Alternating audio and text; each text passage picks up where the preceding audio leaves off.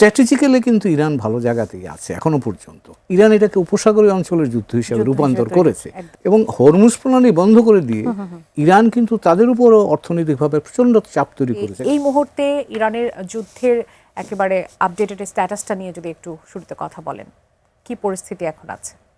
ধন্যবাদ আপনাকে। 11 দিন তো হলো যুদ্ধ চলছে। আমার ধারণা যে মার্কিনিরা এবং কিছু অংশে ইসরায়েলিরাও একটা ধারণা ছিল যে তারা খুব অল্প সময়ের মধ্যেই ইরানের রেজিম চেঞ্জ, আর তারা যেটা বলছিল সরকার পরিবর্তন করলে ওখানে জনগণ রাস্তায় নেমে আসবে, একটা ব্যবস্থার পরিবর্তন আসবে এবং সেটা আসলে তাদের দুটো বিষয় মূলত ছিল, তিনটাই ছিল। একটা হচ্ছে যে ইরানের যে কোনো ধরনের পারমাণবিক অস্ত্র তৈরির দিকে যাওয়ার পথটা বন্ধ করা, আটকে দেয়া। দ্বিতীয় ছিল যে ইরানের একটা বড় ধরনের ব্যালিস্টিক মিসাইল স্টক পাইল আছে, যেটা দিয়ে ইরান ব্যবহার করছে, আমরা দেখতে পাচ্ছি গত কয়েকদিন ধরে, সেটাকে পঙ্গু করে দেয়া। আর থার্ড ছিল যে মধ্যপ্রাচ্যে ইরান গত আমি বলবো যে 20 বছর ধরেই প্রক্সি অর্থাৎ হেজবুল্লাহ, হুতি, হামাস এরকম যারা আছে, যেটাকে রেজিস্ট্যান্স অ্যালায়েন্স বলে বা রেজিস্ট্যান্স গ্রুপ বলে, তাদেরকে সহায়তা করেছে এবং যার ফলে ইসরায়েলের কাছে এক ধরনের আশঙ্কা তাদের তৈরি হয়েছিল। তো তাদের ধারণা ছিল এই তিনটা অবজেক্টিভ তারা খুব অল্প সময়ের মধ্যে শেষ করে ফেলতে পারবে বা অর্জন করতে পারবে। সেখান থেকে রেজিম চেঞ্জের যে স্বপ্ন তারা দেখেছিল সেটি তো আসলে অনেকটা বলা যায় দুঃস্বপ্নেই পরিণত হলো নাকি? এখন তাই মনে হচ্ছে, কারণ ইরানিরা গতকাল মুস্তফা খামেনিকে মনোনীত করে, তাদের কি বলে সুপ্রিম লিডার মনোনীত করে তারা একটা মেসেজ প্রেসিডেন্ট ট্রাম্পকে দিয়েছে। কারণ তার আগেই প্রেসিডেন্ট ট্রাম্প বলছিলেন যে অন্তত এই কারা নেতৃত্বে আসবেন সে সম্পর্কে তার একটা মন্তব্য, তার একটা ভূমিকা থাকা দরকার।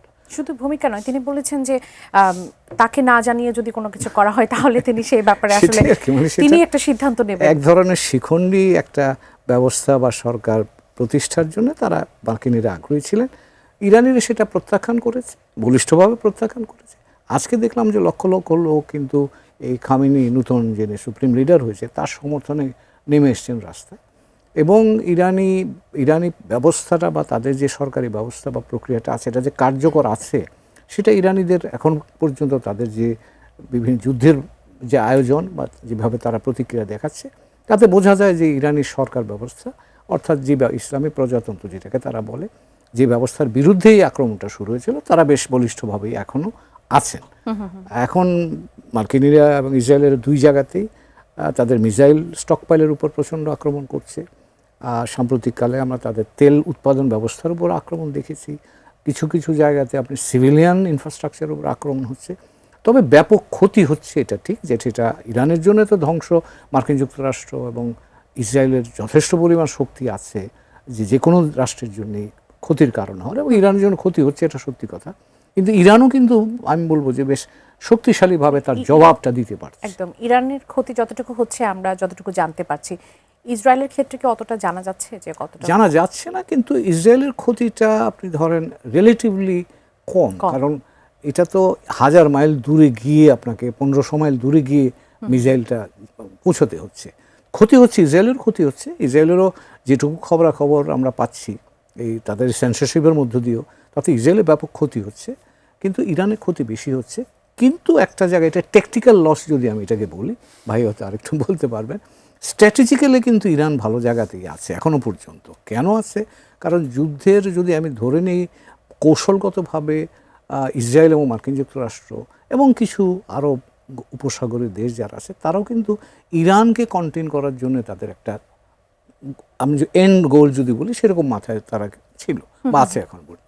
কিন্তু আমার ধারণা সেই জায়গাটায় তারা এখনও যেতে পারেনি, কারণ ইরান এই যুদ্ধটাকে, মার্কিনিরা এবং ইসরায়েলিরা এই যুদ্ধটাকে ইরানে কেন্দ্রীভূত রাখবার জন্য চেষ্টা করেছিল। ইরান কিন্তু কাউন্টার স্ট্র্যাটেজি এমনভাবে সাজিয়েছে, ইরান এটাকে উপসাগরীয় অঞ্চলের যুদ্ধ হিসেবে রূপান্তর করেছে। ফলে যুদ্ধটার ইরানের মধ্যে আবদ্ধ নাই, এটা একটা উপসাগরীয় যুদ্ধের রূপ নিয়েছে এবং সবগুলি প্রায় উপসাগরীয় রাষ্ট্র যেগুলো আছে সেগুলো কিন্তু এক ধরনের নিরাপত্তা আশঙ্কা, সেখানে একদম। মিসাইল গেছে, মার্কিন যুক্তরাষ্ট্রের যে ঘাঁটিগুলো আছে এগুলো আক্রান্ত হয়েছে, কিছু কিছু ওদের জায়গাগুলোতে আক্রমণ চলছে, এক ধরনের অস্থিরতা, যুদ্ধের খানিকটা যদি বলেন যে আজ কিন্তু ওখানে বেশ ভালোভাবে লাগছে। একদম। এবং হরমুজ প্রণালী বন্ধ করে দিয়ে ইরান কিন্তু তাদের উপরও অর্থনৈতিকভাবে প্রচণ্ড চাপ তৈরি করেছে, কারণ কিছু আসছেও না, এখান থেকে পণ্য যাচ্ছেও না, পণ্য ভেতরেও ঢুকছে না।